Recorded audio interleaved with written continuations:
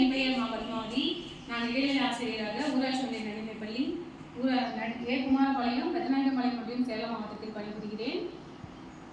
Online கல்வி radio team மற்றும் கல்வி கண்டிருந்த காமராஜர் அறக்கட்டளை இணைந்து நடத்தும் வல்லவனுக்கு புல்லும் ஆயுதம் என்ற தலைப்பில் வீட்டில் பயன்படுத்தி தூக்கி எறிய போகிற இந்த மாதிரி மாடல் சில பொருள்களை வச்சு அவங்க தன்னார்வ செயல்பட பறவைகளுக்கு உணவளிக்கிற மாதிரி ஒன்று செஞ்சுருக்காங்க. அந்த 5ஆம் வகுப்பு மாணவி இனியாஸ்ரீ அவர்கள் அதை இப்போ உங்களுக்கு விலகி சொல்லுவாங்க.